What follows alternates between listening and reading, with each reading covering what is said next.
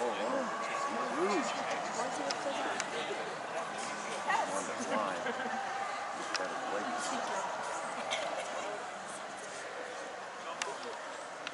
everybody, I'd like you to meet our great horned owl named Oscar.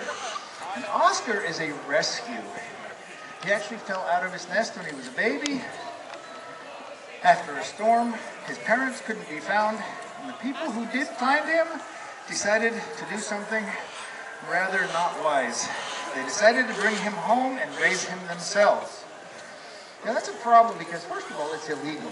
We cannot own any of these type of birds, no raptors, because they're protected species and we would have to have special permits. So that was the first problem. It was illegal. Secondly, we fed him down here. So he ran around on the ground getting his food, had no clue what his wings were for. Number three, they fed him hot dogs. Now I don't think there's many hot dog stands out there in the wild for an owl to go get a bite.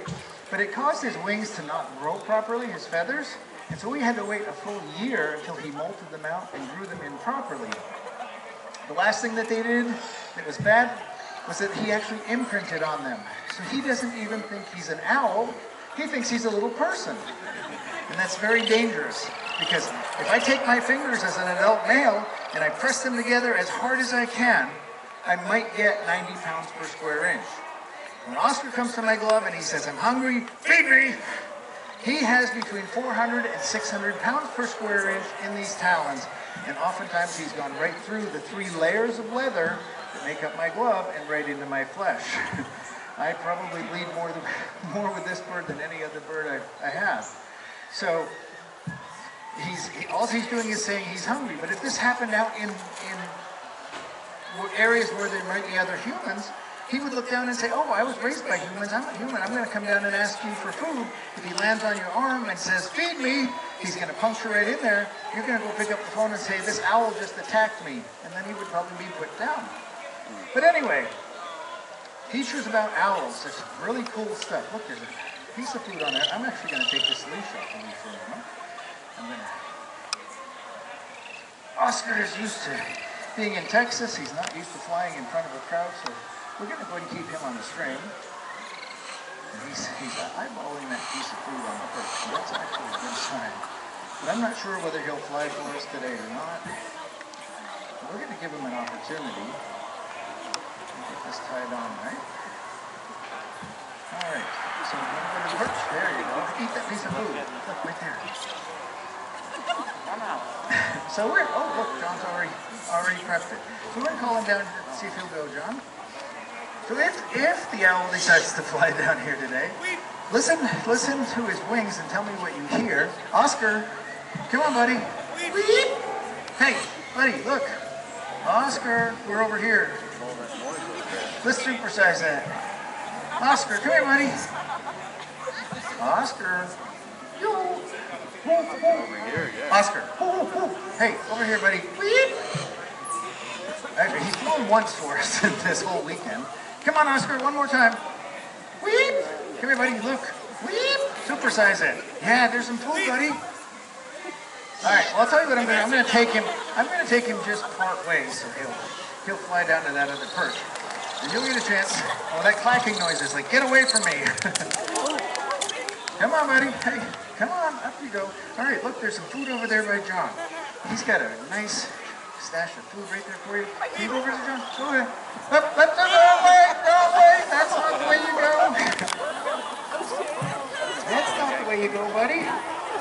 That's not the way you come here. Come on up, buddy. We'll try this one more time. Maybe he just doesn't like doing it. Come here, buddy. There's not be a bat here.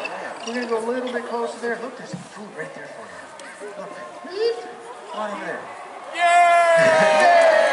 Success!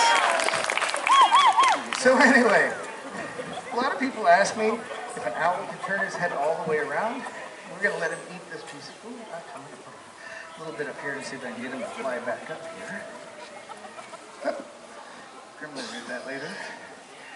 So Oscar, I'm coming up behind you. We're going to get you one more time because there's one more piece of food. Go ahead and eat that. Yep, eat it. Now, owls don't have very good close-up vision, so if they're on that perch. Come on, buddy. One more time. Come here. Oh, step the trip over. All right. Let's not get the string out of the way. Come on, bud. Up we go. All right, look. One more time. We're going to give it a try. There, look. There's some food up on that perch. Come on. There you go. Yay! All right, now, I'm not sure whether he really had much of a flight to show you or let you hear. But did anybody hear anything when he flew? Other than that clacking and that tweeping noise? Well, that's because the edges of their feathers are very soft. They're made for silence. So when he flies, the edges of those feathers are very soft. Have you ever heard pigeons or doves taking off, that squeaky noise they make? That's because their feathers are very stiff and there's a lot of friction that happens when they're flapping their wings. But with the owls, they're very soft. There's breaks in the front of them that cause the wind to slide right on through, and they don't make any noise whatsoever. So their prey almost never knows that the owl is coming to get it. So let's talk about his hearing and his vision.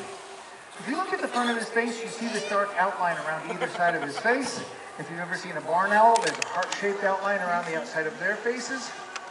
This is known as a facial disc, and it's comprised of sound-sensitive feathers that actually vibrate sounds in the large ear openings on either sides of their head. And those ear openings are offset. One is higher than the other. And so between this kind of satellite dish on the front of his face and those offset ears, he can pinpoint his prey under 2 feet of grass or snow and capture it without ever seeing it. His eyes as well. This owl cannot see in color. Everything he sees is in black and white. His eyes are fixed in their head. They don't swing back and forth. There's no muscle structure allowing to do that. So he's got to be able to turn his head around. And people ask me about whether he can turn it all the way around. He cannot.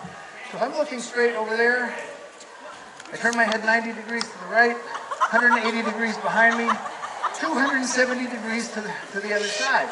But I could start at that same location, and I could turn my head to the left, look behind me 180 degrees, and look off to my right, turning it 270 degrees in either direction, which makes it look like he can turn it all the way around. And there's 2 reasons he does this. One is because he can, and one is because he has to. So the reason he can is he's got twice as many cervical vertebrae in his neck than we do. We humans have 7, allowing us to turn our heads left and right, but Oscar has 14. Now, Heron, the hawk, also has 14 in his neck, but he doesn't have to turn his head all the way around because he can do something Oscar can't. Oscar cannot do this. Oscar cannot do this. It's because those eyes are fixed in his head that he has to turn his head all the way around to look for his prey, to hear it with that satellite dish, as well as he's going to be looking around to see if anything wants to turn him into food and predators for owls. So he's got to be able to turn his head in all of those directions. Right? So he's got these very strong talents. They catch mice as their primary. Mice and rats, things that scurry in the night. If we have mice around our homes, I will ask you to do a big favor. Please do not use poisons. Many of the poisons we use for rats and mice are designed to make them thirsty. So they go outside, they drink water, and then they die. But they may be hobbling around on their way to that water source. Owl is going to see a mouse that's having trouble walking. He's going to see it as easy prey. He's going to come down, he's going to eat it, and guess what? The owl's going to die. And it is their job out in the wild to clean up all of those mice and keep those populations low so they don't get into our houses. So whenever you have a chance, if you have mice around, please use those alligator-type face traps that you can just drop it in the trash, reset it for the next one.